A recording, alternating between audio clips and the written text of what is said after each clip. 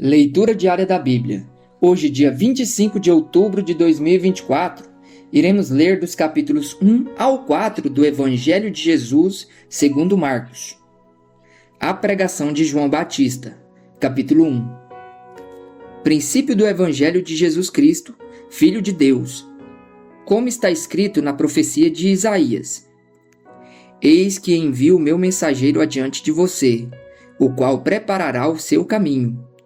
Voz do que clama no deserto, preparem o caminho do Senhor, endireitem as suas veredas. E foi assim que João Batista apareceu no deserto, pregando o batismo de arrependimento para remissão de pecados. E toda a região da Judéia e todos os moradores de Jerusalém iam até ele. E confessando seus pecados, eram batizados por ele no rio Jordão. A roupa de João era feita de pelos de camelo. Ele usava um cinto de couro e se alimentava de gafanhotos e mel silvestre. E João pregava dizendo: Depois de mim vem aquele que é mais poderoso do que eu, do qual não sou digno de, curvando-me, desamarrar as correias das suas sandálias. Eu batizei vocês com água, ele, porém, os batizará com o Espírito Santo. O batismo de Jesus. Naqueles dias, Jesus veio de Nazaré da Galileia e foi batizado por João no rio Jordão. Logo ao sair da água, Jesus viu o céu se abrindo e o Espírito descendo como pomba sobre ele.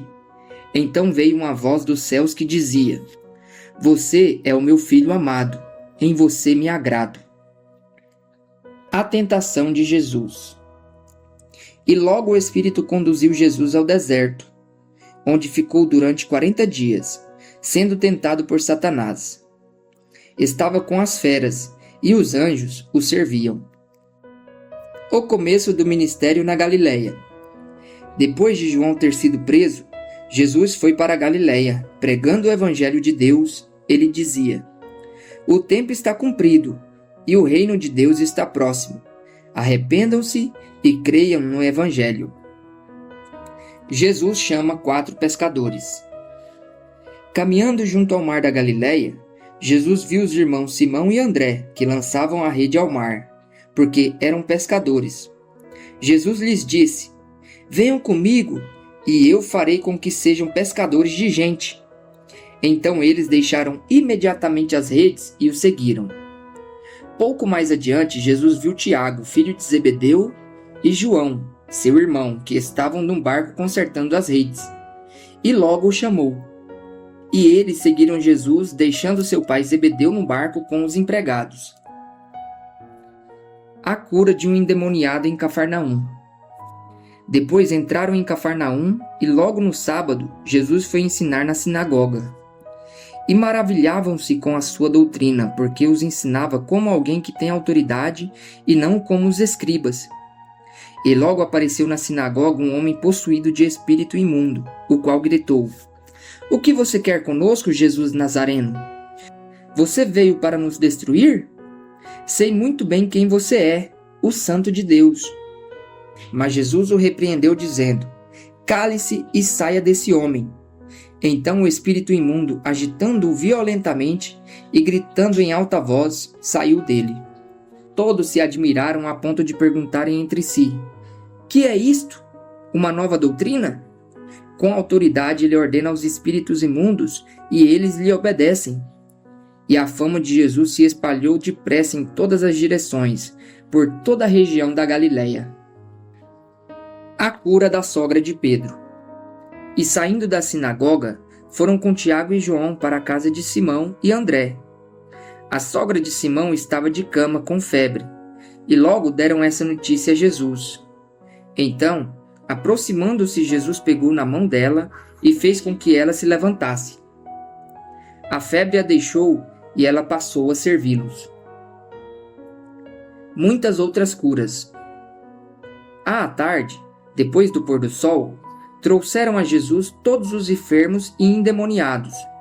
Toda a cidade estava reunida à porta da casa. E ele curou muitos que se achavam doentes de todo tipo de enfermidades. Também expulsou muitos demônios, não lhes permitindo que falassem, porque sabiam quem ele era. Jesus prega nas sinagogas. Tendo-se levantado de madrugada, quando ainda estava escuro, Jesus saiu e foi para um lugar deserto, e ali orava. Simão e os que estavam com ele procuravam Jesus por toda parte. Quando o encontraram, lhe disseram: Todos estão à sua procura. Jesus, porém, lhes disse: Vamos a outros lugares, aos povoados vizinhos, a fim de que eu pregue também ali, pois foi para isso que eu vim. Então ele foi por toda a Galiléia, pregando nas sinagogas deles e expulsando os demônios. A cura de um leproso. Um leproso se aproximou de Jesus e lhe pediu de joelhos: Se o Senhor quiser, pode me purificar. E Jesus, profundamente compadecido, estendeu a mão, tocou nele e disse: Quero sim, fique limpo. No mesmo instante a lepra desapareceu dele, e ele ficou limpo. E advertindo-o severamente, logo o despediu, e lhe disse: Olhe, não conte nada a ninguém, mas vá. Apresente-se ao sacerdote e ofereça pela sua purificação o sacrifício que Moisés ordenou, para servir de testemunho ao povo. Mas tendo ele saído, começou a proclamar muitas coisas e a divulgar a notícia, a ponto de Jesus não poder mais entrar publicamente em nenhuma cidade. Por isso, permanecia fora, em lugares desertos, e de toda parte vinham ao encontro dele. A cura de um paralítico em Cafarnaum. Capítulo 2. Dias depois, Jesus entrou de novo em Cafarnaum, e logo se ouviu dizer que ele estava em casa. Muitos se reuniram ali, a ponto de não haver lugar nem mesmo junto à porta. E Jesus anunciava-lhes a palavra. Trouxeram-lhe então um paralítico, carregado por 4 homens. E não podendo aproximar-se de Jesus por causa da multidão, removeram o telhado no ponto correspondente ao lugar onde Jesus se encontrava e, pela abertura, desceram o leito em que o paralítico estava deitado. Vendo-lhes a fé, Jesus disse ao paralítico: Filho, os seus pecados estão perdoados. Alguns escribas estavam sentados ali e pensavam em seu coração: Como ele se atreve a falar assim? Isto é blasfêmia. Quem pode perdoar pecados a não ser um, que é Deus? E Jesus, percebendo imediatamente em seu espírito que eles assim pensavam, disse-lhes: Por que vocês estão pensando essas coisas em seu coração? O que é mais fácil? Dizer ao paralítico: Os seus pecados estão perdoados? Ou dizer: Levante-se, tome o seu leito e ande? Mas isto é para que vocês saibam que o Filho do Homem tem autoridade sobre a terra para perdoar pecados. E disse ao paralítico: Eu digo a você, levante-se, pegue o seu leito e vá para casa. Ele se levantou e, no mesmo instante, pegando o leito, retirou-se à vista de todos, a ponto de todos se admirarem e darem glória a Deus, dizendo: Jamais vimos coisa assim. O chamado de Levi. De novo, Jesus foi para junto do mar, e toda a multidão vinha ao encontro dele, e ele os ensinava.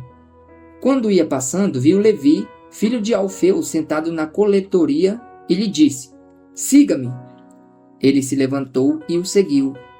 Achando-se Jesus à mesa na casa de Levi, estavam junto com ele e com seus discípulos muitos publicanos e pecadores, porque estes eram muitos e também o seguiam. Os escribas dos fariseus, vendo Jesus comer em companhia dos pecadores e publicanos, perguntavam aos discípulos dele: Por que ele come e bebe com os publicanos e pecadores? Tendo ouvido isto, Jesus lhes respondeu: Os sãos não precisam de médico, e sim os doentes. Eu não vim chamar justos, e sim pecadores. A questão do jejum. Ora, os discípulos de João e os fariseus estavam jejuando. Algumas pessoas foram perguntar a Jesus: Por que os discípulos de João e os discípulos dos fariseus jejuam, mas os seus discípulos não jejuam? Jesus respondeu: Como podem os convidados para o casamento jejuar enquanto o noivo está com eles? Durante o tempo em que o noivo estiver presente, não podem jejuar. No entanto, Virão dias em que o noivo lhes será tirado, e então, naquele dia, eles vão jejuar. Ninguém costura um remendo de pano novo em roupa velha, porque o remendo novo tira um pedaço da roupa velha, e o buraco fica ainda maior. E ninguém põe vinho novo em odres velhos, porque se fizer isso, o vinho romperá os odres, e se perdem tanto o vinho como os odres. Mas põe-se vinho novo em odres novos. Jesus é o Senhor do sábado. Aconteceu que num sábado Jesus atravessava as searas, e os seus discípulos, ao passar, começaram a colher espigas. Então os fariseus disseram a Jesus: Olhe, por que eles estão fazendo o que não é lícito aos sábados? E ele lhes respondeu: Vocês nunca leram o que Davi fez quando se viu em necessidade e teve fome? Ele e os seus companheiros? Como entrou na casa de Deus no tempo do sumo sacerdote Abiatar e comeu os pães da proposição, os quais só aos sacerdotes era lícito comer, e deu esses pães aos seus companheiros? E Jesus acrescentou: O sábado foi estabelecido por causa do homem, e não o homem por causa do sábado. Assim, o Filho do Homem é Senhor também do sábado. O homem da mão ressequida. Capítulo 3. De novo Jesus entrou na sinagoga, e estava ali um homem que tinha uma das mãos ressequida. E estavam observando Jesus para ver se curaria aquele homem no sábado, a fim de o acusarem. Jesus disse ao homem de mão ressequida: Venha aqui para o meio. Então lhes perguntou: É lícito nos sábados fazer o bem ou fazer o mal? Salvar uma vida ou deixar morrer? Mas eles ficaram em silêncio. Então Jesus, olhando em volta, indignado e entristecido com a dureza de coração daquelas pessoas, disse ao homem: Estenda a mão. O homem estendeu a mão e ela lhe foi restaurada. Os fariseus saíram dali e, com os herodianos, logo começaram a conspirar contra Jesus, procurando ver como o matariam. Jesus cura muitos à beira-mar. Jesus se retirou com seus discípulos para o mar. Uma grande multidão o seguia.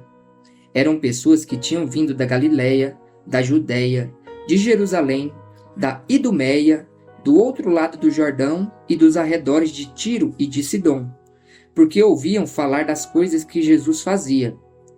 Então recomendou aos seus discípulos que sempre lhe tivessem pronto um barquinho, por causa da multidão, a fim de não o apertarem, pois curava muitas pessoas, de modo que todos os que tinham alguma enfermidade se esforçavam para chegar perto, a fim de poderem tocar nele.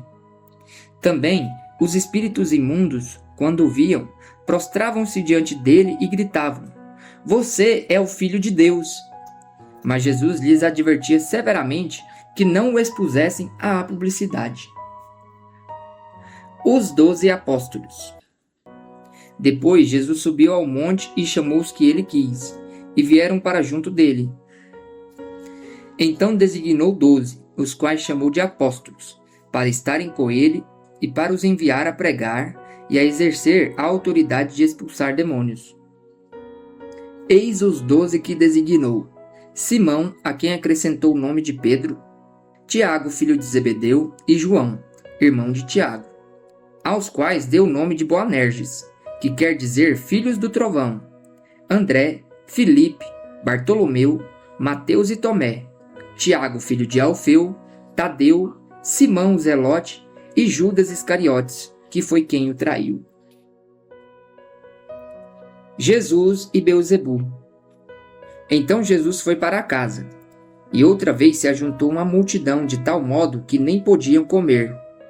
E quando os parentes de Jesus ouviram isto, saíram para prendê-lo, porque diziam: Está fora de si. Os escribas que tinham vindo de Jerusalém diziam: Ele está possuído de Beelzebu. Ele expulsa os demônios pelo poder do maioral dos demônios. Então, convocando-os, Jesus lhes disse, por meio de parábolas: Como pode Satanás expulsar Satanás? Se um reino estiver dividido contra si mesmo, tal reino não pode subsistir. Se uma casa estiver dividida contra si mesma, tal casa não poderá subsistir. Se Satanás se levantou contra si mesmo e está dividido, não pode subsistir. É o seu fim. Ninguém pode entrar na casa do valente para roubar-lhe os bens, sem primeiro amarrá-lo, e só então saqueará a casa dele. Em verdade lhes digo que tudo será perdoado aos filhos dos homens, os pecados e as blasfêmias que proferirem. Mas aquele que blasfemar contra o Espírito Santo nunca terá perdão, visto que é réu de pecado eterno. Jesus disse isso porque diziam: está possuído de um espírito imundo. A mãe e os irmãos de Jesus. Nisto, chegaram a mãe e os irmãos de Jesus, e tendo ficado do lado de fora, mandaram chamá-lo. Muita gente estava sentada ao redor de Jesus, e alguns lhe disseram: olhe, a sua mãe e os seus irmãos e as suas irmãs estão lá fora, procurando o Senhor. Então Jesus perguntou: quem é a minha mãe e quem são os meus irmãos? E olhando em volta para os que estavam sentados ao seu redor, disse: eis minha mãe e meus irmãos. Portanto, aquele que fizer a vontade de Deus, esse é meu irmão, minha irmã e minha mãe. A parábola do semeador. Capítulo 4. Jesus começou a ensinar outra vez à beira-mar, e uma numerosa multidão se reuniu em volta dele, de modo que entrou no barco, onde se assentou, afastando-se da praia. E todo o povo estava à beira-mar na praia. Assim, ensinava-lhes muitas coisas por parábolas, e durante o seu ensino dizia: escutem, eis que o semeador saiu a semear, e ao semear, uma parte caiu à beira do caminho, e vieram as aves e a comeram. Outra parte caiu em solo rochoso, onde a terra era pouca e logo nasceu, visto não ser profunda a terra. Saindo, porém, o sol a queimou, e porque não tinha raiz, secou-se. Outra parte caiu entre espinhos, e os espinhos cresceram e a sufocaram, e não deu fruto. Outra, enfim, caiu em boa terra e deu fruto. A semente brotou, cresceu e produziu a 30, a 60 e a 100 por um. E Jesus acrescentou: quem tiver ouvidos para ouvir, ouça. Porque Jesus usava parábolas. Quando Jesus ficou só, os que estavam junto dele com os 12 começaram a lhe fazer perguntas a respeito das parábolas. Jesus disse a eles: a vocês é dado conhecer o mistério do reino de Deus, mas aos de fora tudo se ensina por meio de parábolas, para que vendo, vejam e não percebam, e ouvindo, ouçam e não entendam, para que não venham a converter-se e sejam perdoados. A explicação da parábola. Então Jesus lhes perguntou: se vocês não entendem esta parábola, como compreenderão todas as outras? O semeador semeia a palavra. Estes são os da beira do caminho, onde a palavra é semeada. Quando a ouvem, logo Satanás vem e tira a palavra semeada neles. E estes são semeados em solo rochoso, os quais, ouvindo a palavra, logo a recebem com alegria. Mas eles não têm raiz em si mesmos, sendo de pouca duração. Quando chega a angústia ou a perseguição por causa da palavra, logo se escandalizam. Os outros, os semeados entre os espinhos, são os que ouvem a palavra, mas as preocupações deste mundo, a fascinação da riqueza e outras ambições aparecem e sufocam a palavra, e ela fica infrutífera.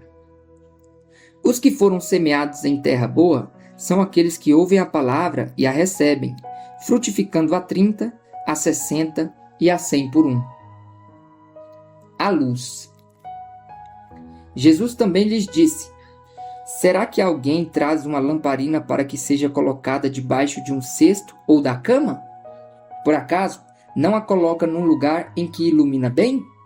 Porque não há nada oculto senão para ser manifesto, e nada escondido senão para ser revelado.